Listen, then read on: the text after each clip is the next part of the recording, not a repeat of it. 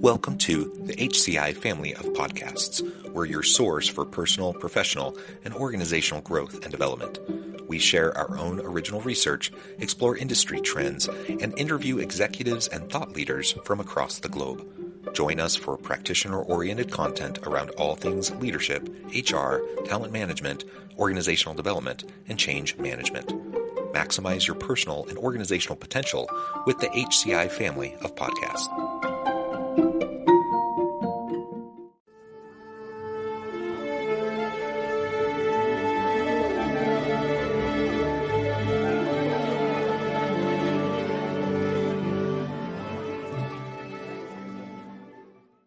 Noor Ali, welcome to the conversation today. Thank you, John. It's such a pleasure to be here. Thanks for the opportunity. It is a pleasure to be with you. You're joining us from Tampa, Florida. I'm south of Salt Lake City in Utah. And today we're going to be talking about the future of healthcare generally, but zone in and zoom in more specifically on health insurance and really what this means for employers and employees within an organizational context. As we get started, I wanted to share Dr. Noor's bio with everybody. Noor Ali is a Bangladeshi American medical doctor turned health insurance expert from New York City. She currently runs her own health insurance consulting practice out of Tampa, offering healthcare insurance strategy to entrepreneurs all over the country. Now, Noor, is there anything you would like to specifically highlight from your own background or personal context before we dive on in? No, this is fantastic. Let's go. Let's start the conversation.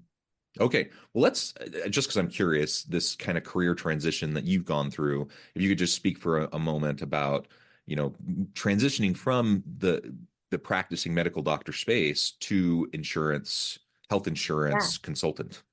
Sure. Yeah, very popular question. I love answering this. So, originally from New York City, I had a really fast track trajectory. Ever since I was little, everybody knew that I was going to grow up and be a doctor. And that's just what I did. When I graduated high school, I went straight to an accelerated medical program, skipped undergrad. I have a dual degree in internal medicine and general surgery. I can also do all OBGYN cases. So I can treat everything under the sun. Really, my skills are in the general surgery space. So I trained, I studied, I practiced abroad in my home country in Bangladesh, and I was doing fantastic in my career. I was doing really, really well, very promising. And then in my final year of medical school, I got married to someone back in the States. So after I finished my training, I had to come back to the US. And the way it works for foreign medical graduates like myself is we don't have to go through medical school again, but we have to pass a series of licensing exams in order to practice surgery in the States. So the first of those series of exams was a really big disconnect for me at that level and stage of my career where I was, practicing clinician for several years.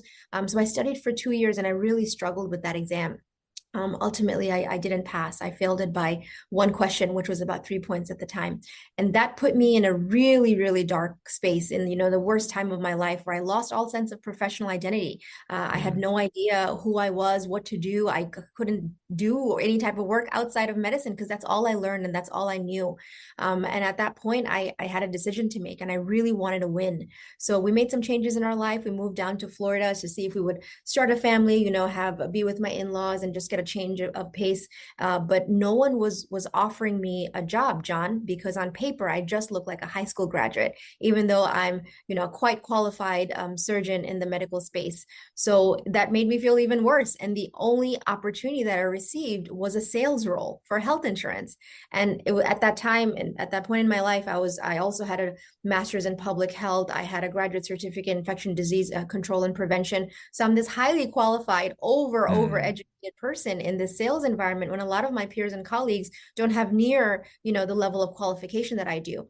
But I had to make it work. I had to figure it out. I needed a win in my life. And that was about 5 years ago. And since then, I've worked on developing a personal brand, really deconstructing the way that customers, purchase health insurance and reinventing that journey for the customer. And, that's what brought me here today. Well, thank you so much for sharing all of that. What an interesting background. And I think we all have gone through ups and downs and tangents and side shifts and like all sorts of meandering paths to get to where we are today. I know I certainly have. So much of what you were sharing, though, I have nothing to do with anything in the medical space. Like much of what you were describing, I'm like, oh, that kind of makes sense to me. Like I've experienced similar things. And I think many in the audience have as well, that we all find ourselves at different points in life having to pivot and go in directions perhaps we didn't previously think about. Hmm. But in my experience, it usually ends up opening doors to entirely new possibilities that are awesome that I never would have previously considered that now, I can look at where I'm at today and look back 10 years. I'm like, oh, I'm so glad that other thing didn't work that I was so disappointed about at the time. Yeah, But now I'm just so glad that I was able to shift and transition and do something different. So anyways, you're right. wonderful. Thank you for sharing that.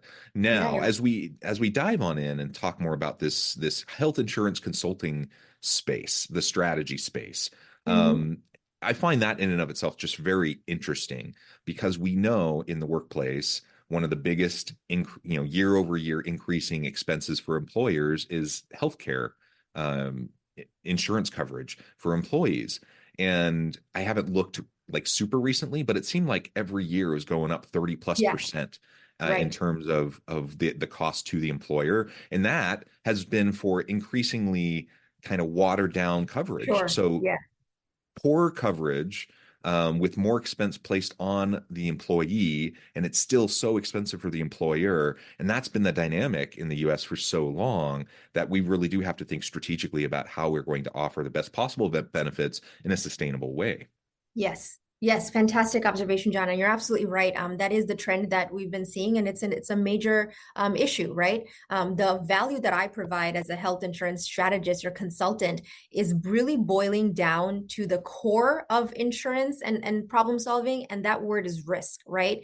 The Mm, reason that things can be expensive or feel out of control, or where you're feeling like you're not getting enough value for your money for that premium dollar you're paying, is because you're not optimizing risk enough. And that's what the mm, insurance companies are doing, and that's their job, is to minimize their risk, even though they're in the business of risk, collect as much premium as possible and pay out as less claims as possible. So we take mhm, that same model of that risk analysis, and I take it and I put it on the consumer side, and I say, well, how do we leverage the position that you're at right now, where you live, what your income level is at, what stage of business you're at, what are your medical needs? Are you trying to get a surgery, or just going in for once a year checkups? And combine that with that level of medical risk and see if we can optimize and get a plan that's going to leverage that situation. So that's really the crux of my work, and what I like to do. Now, you mentioned the context of big employers and employee-employer relationship. That sometimes is hard to beat and battle, because if you are working for a large corporation that's over 50 employees, that risk is diluted enough where you're probably going to get the best deal that you can possibly get. mm, What my role is really, if you don't have access to those great employer or corporate benefits, and you have mhm. to figure out health insurance for yourself, or you have a much smaller team that you're part of where they cannot dilute that risk and give you competitive health insurance benefits, that's where really I come in and do that individual risk assessment. Yeah, interesting. And I'm thinking back to kind of the earlier days. So I'm a professor, right? And so now for the last 15 plus years, I've been at a university and I have tremendous coverage. Like it's probably about as good as I could hope to have Right, anywhere. right. And so I'm really appreciative of that. But back if you go back in time further, when I was going through grad school and PhD and all of that, and I had a small young family, and we looked into doing university coverage, the university provide healthcare coverage, and it was still really expensive and not particularly feasible for us. So we ended up actually doing individual coverage, which was crazy expensive, but less expensive than what it would have been for family coverage through the university. And yeah, it was hard.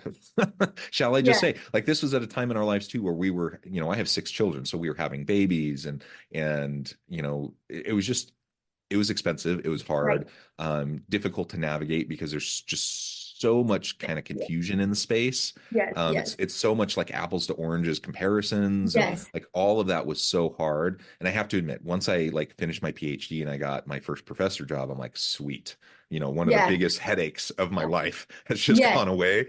But a lot of people don't find themselves in that space. They find themselves where I was, yeah, over 15 years ago. Or like you said, maybe they're an entrepreneur and they're providing their own right. coverage. Maybe you're a small startup and you only have a dozen employees. And it's a totally different ball game when you're talking about not being able to dilute the risk like you've mentioned. Mm-hmm, mm-hmm. No, thank you for sharing that story. A lot of many people share that perspective, John, when they have to figure it out for themselves and their family and they just don't know either where to start or what to do. And I love that you use that term. It's not an apples to apples, it's an apples to orange comparison, which makes it even more harder. Yeah. So what are some of those things that you focus in on when you're having these conversations with individuals or families that are trying Yeah, to assess like what's going to make most sure. sense for them? The point to begin, the first point of assessment is really what market to begin in. So if you are shopping or have to make your own health insurance purchasing decisions, there's two markets you can go about doing that: the public healthcare marketplace and the private healthcare marketplace. And these are two completely dichotomous worlds with little to no overlap. Again, that Mm, apples to oranges comparison. So how do we determine which market to shop in? We're actually going to start out with income. That's going to be the first point to start, because so health insurance in America, it's federally regulated but state sponsored, which means every state has their own mandates and laws on how they want to, govern and how they want to do things. And then we've got some states that just want to trash all the rules and want to do things their own ways. There's California has covered California, Maryland has the Maryland Exchange. We'll take the exclusions out of the picture, but in general, if you are having to do your own health insurance and you are or can show lower income, the public marketplace is a great place to start. Here's what I mean by lower income.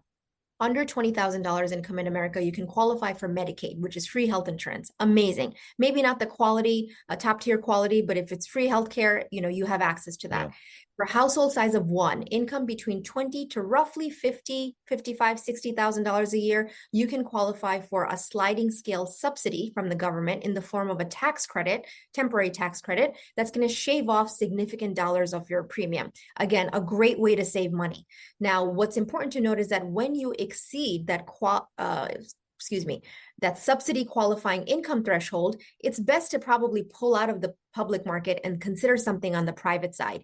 Because at that time, what you're experiencing is a full premium plan, government not helping you out with any portion of that premium, very high deductibles, which is Yeah. what insurance carriers on the marketplace have to do to remain profitable because they're taking on so much risk. They're insuring the healthy person like yourself, John, as well as the chronic diabetic who's taking insulin shots every week. So they have to have these high deductibles. And then networks can be quite limiting on the public market. So managed care networks like HMO plans, which might not afford you the freedom and flexibility if you're a digital nomad and want to travel and want access to high quality doctors. So Yeah. public marketplace is great for lower income, chronically ill. Private options are going to be a lot better for you if you are not qualifying for a subsidy, higher income, and generally healthy and don't overuse insurance. Yeah. Interesting. And maybe that kind of gets me to what my next question is around preventative care, versus the more reactive response. It seems like in the US, we're not very good at preventative. It seems like we tend to be more, I mean, I'm sure all the stats, but like emergency room visits or after hours Instacare or Mhm. some of these other things, you know, they're always going to happen. You're always going to have emergencies. You're going to have things that crop up. I have a daughter who had an emergency middle of the night surgery a couple of years ago. Like there's no way to prepare for that. It just happened. It was scary. We got it taken care of. She's fine. But it was scary, right? Those Yeah. there will always be those things, but there are so many things that because we're not very good from a preventative care standpoint culturally in the US, it seems, it ends up being more expensive because we're going to the emergency room or we're doing things in a way that are responsive to the symptoms or the chronic illnesses that people might have rather than proactively managing them. Can you Mhm. speak to that a little bit? Sure. And that's true. That's a fact, John. But I will say, the optimistic side of me has to point out that since COVID, some of these stats have turned a little bit. Oh, And that's great. a few things that contributed to that turning is the advent of virtual care, right? So during Mm, COVID, nobody was willing to go sit in an emergency room for any type of issue, big or small. If you have COVID, you had to. But so what they did was they turned to virtual care platforms. So an urgent care type visit where you don't have to go in, you can do it from the comfort of your home, and that's been great. That's been great for healthcare because when you when you seek care for, let's say, a headache or a stomach ache at an emergency room, there's an entire list of workup that just must be done: labs, testing, imaging, right? You can't avoid it. And what that does is it jacks up the cost of healthcare, it jacks up your bill on the patient side, and it just puts a burden on the healthcare system. Because if you're coming into an emergency room setting, you have to get checked out. They're not going to let you go without doing that workup. So to alleviate that burden, some strategies are, well, instead of emergency care, can you go to an urgent care for this visit? Are you actively bleeding? Can we avoid an emergency room visit and can we go to urgent care? And then a step further is, well, if you can go to urgent care, can you do it virtually? Can you just speak to a doctor over your phone and take care of it that way? So that kind of step down management has really been beneficial to reducing the burden of, reducing the administrative cost burden of healthcare on both the consumer and also on the provider side, which I think has been fantastic. Yeah, that's wonderful to learn more about that shifting trend. Anything else, if we take a look now from, a societal level, kind of cultural element, like I was just referring to, but even from an organizational standpoint, even if we're talking about smaller organizations that are trying to manage risk, keep costs lower, what could, an organizational leader in a small business do to help create a culture of Sure. preventative care and Yeah, just like overall holistic wellness of their people? That not only, of course, is great because it means you have more healthy people. That means they're more productive. They show up, they do the work. Like there's all those benefits, but of your course. healthcare premiums go way down Yeah, at that yeah. point. So it's like a dual impact, right? Yeah, yeah. So there's a few tips I have there to prioritize that preventive care over reactive care, and we are definitely seeing the shift. I sense it on the calls that I have with my small teams and business owners who are like, I care about my team's wellness. I want them to pursue preventive care. So on the insurance side, what we're seeing is a lot more incentivization for seeking preventive care. So all ACA public marketplace plans, you'll see that preventive care is covered at 100%. So your once a year checkup, any type of screening visit is always going to be covered at 100%, which is awesome. But sometimes Yeah. that's still just not enough for someone to go and proactively make that appointment and get that annual checkup. So on top of that, we're seeing incentives like, a Walgreens gift card for vitamins, or here's, an actual gift. If you go, we're gonna give you a gift or a cash gift card for going and getting your annual checkup. And then on the small teams employer side, I see a lot of emphasis on prioritizing benefits that are not strictly health and medical, but Mhm. mental health and wellness. Do we have access to low cost accessible therapy? Virtual therapy is again trending upwards, and offering benefits such as wellness classes, gym fitness, things that are very non-traditional, but what the team members and your employees care about. So prioritizing that, incentivizing that has also been a trend I've seen. Yeah, interesting.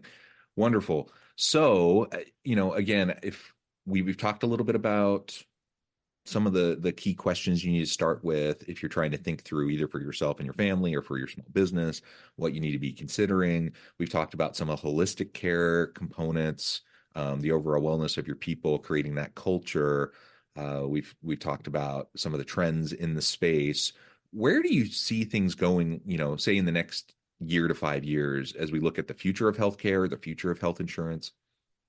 Sure, thank you. That's a fantastic question. I think the model, the crux of the U.S. economy being, capitalistic in nature, that's not going to change. So I don't see any like framework or structural changes around it. So there's always going to be competing interests with the private sector, private insurance companies, and government and public sector, and what they're trying to do under the healthcare for all umbrella or whatever policy there is to encompass as much of the population in an equitable manner.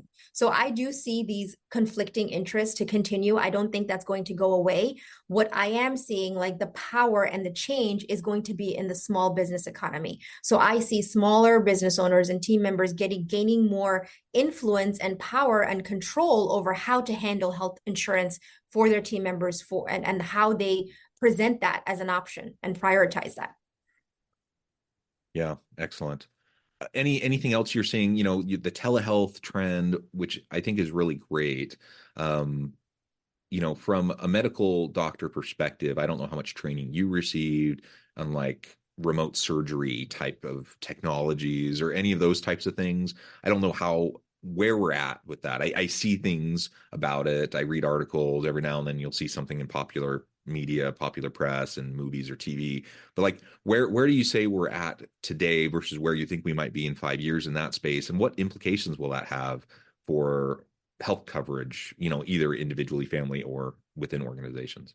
Sure. I don't know if I'm the best qualified to answer this, John, because my training where I received, if you know anything about Bangladesh, it's a very, very low resource country. So I've gotten tremendous clinical practice, but I was trained to treat with my hands, not technology. So there was a Hmm. point in my career where I didn't have access to digital x-rays or any type of high-tech imaging, and I had to diagnose and treat with my hands. I had to diagnose liver disorders just using my hands or any type of GI disorders.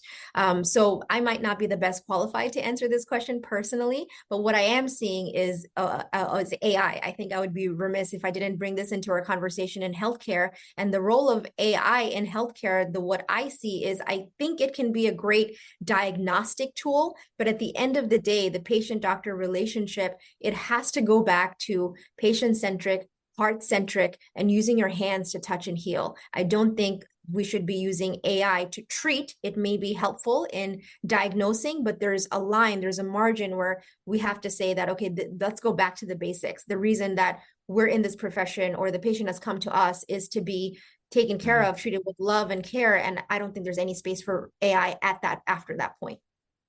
Yeah, and from the diagnostic standpoint, that's really interesting, and to inform, a doctor's uh, analysis of, say, I do a CT scan or something like that. Like, doctors are trained to notice, very detailed, specific things, and I want their judgment involved in that evaluation. But if we can have AI that also is trained specifically towards understanding and interpreting, those outputs. That's great because it's like essentially a second set of eyes. And I can, it seems like that's only going to be helpful, especially if we have, healthcare shortages, staff and doctors and nurses and all of that in the US, which I think that's still, a predominant challenge that we face. And so trying to find a way to couple the human side of the doctor patient relationship and the care that is received with the efficiencies and the productivity gains of utilizing various technologies and AI seems like a really great thing. And it seems like that would help to reduce the cost of visits and of procedures and diagnostic procedures and such. Maybe that's overly naive and optimistic of me to think that that would reduce the cost. I don't know. Thoughts along those lines? Um, I think it's too early to predict, or I don't know if, I mean, I can just present a hypothesis. I just feel like it's not a very sound or educated Mm, hypothesis. That in theory, sure, it sounds good, but if that AI usage for diagnostic is leading to downline problems where one, you're not really mm, solving the problem because you're misdiagnosing, or yeah, two, you're not from a practitioner, a medical practitioner standpoint, you don't know enough about your patient to feel confident in the decision of your treatment, then we're back to square one. sure. What was the point of using AI to diagnose where you don't feel confident with that diagnosis? And I know as a care provider, as a medical practitioner, I'll get a report from a radiologist, but at the same time, I'll say, please send me the imaging as well, so I can take a look and I can make sure did the radiologist miss something that maybe my interpretation wouldn't miss. So taking my perspective into it, I don't think there's going to be a huge, difference or jump. I think it can be additive, but I don't think it's going to replace anything. Yeah, great. And I'm wondering if the U.S. system of healthcare and insurance is a bit unique in the world. I'm wondering if you are noticing any shifts and trends in terms of like the systemic approach to how the system is here in the United States. And if you again, this is crystal ball prognosticating, Yeah. we don't know, right? But any thoughts on like where we might see changes happen within the system and the structure of healthcare in the US and what that means for insurance moving into the next half decade? Yeah. I think I touched on this a little before. I actually don't predict any systemic changes in healthcare because of the economic framework that we're in, John. So being part of a capitalistic economy, we're always going to have these conflicting interests with private sector, private insurance companies, and government policy trying to come up with an equitable solution under healthcare for all. And because of this conflict, I don't see any systemic changes. I feel like it's just going to be in this gridlock that we've experienced. And again, that's just going to shift the power to that small business economy where there's a lot more creative space to play and come up with creative solutions, right? Where they're not locked in by these monopolized companies and these big Mm. policy that's going to impact at a higher systemic level. Yeah. And I sure wish things like healthcare haven't become so politicized. We're so Mhm. polarized, and Mhm. this is a problem. This isn't a political podcast. I don't want to get into politics, but I think about myself and my own kind of politics and social views and such, and how that compares with, say, my father. And Sure. we don't agree on much. I mean, there's a lot that we have strong differences of opinion about. But when it comes to healthcare, and he has lots of, he's older and he has lots of challenges and health issues and such. I mean, he pretty much agrees with me, Mm. on the challenges and the frustrations and the limitations of like our current system, and he would love to see change. And so it's like one of these things that I think there's a lot of agreement throughout the U.S. around the challenges with our current system. Yet it's become so politicized, it's become so Mm. polarizing, and there's so much gridlock in Congress. Like I just don't even know how we can move forward, Mm. and anytime soon with that. Yeah. And because of the monopolies, I'm not so sure how quickly we can move forward, in Mm. terms of the marketplace responding and Mhm. Mhm. reacting and Mhm. adjusting. And so I want to be optimistic about it.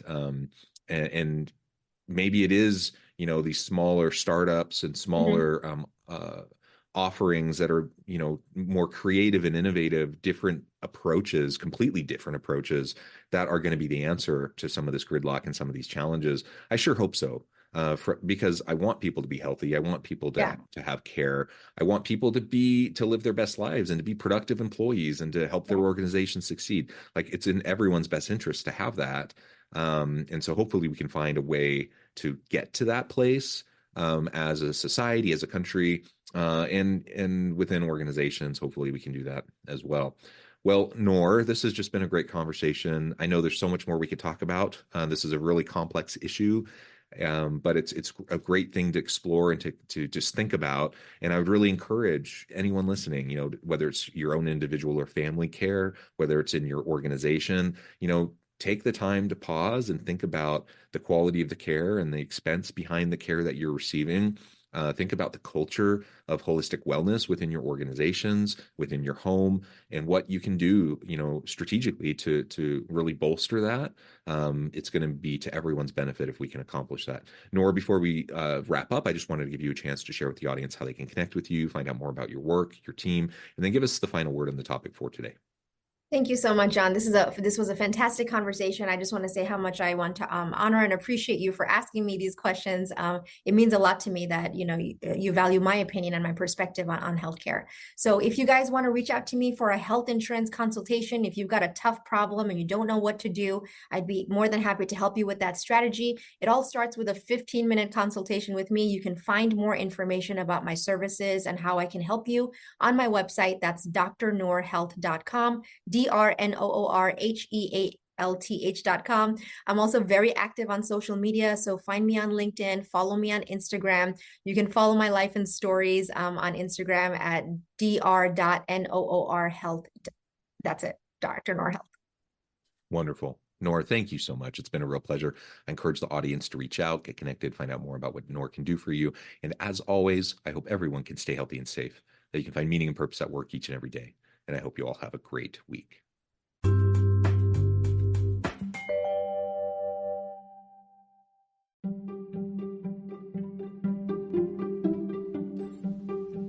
Thanks for joining us for this episode of the podcast. We hope you stay healthy and safe, and please join us again soon.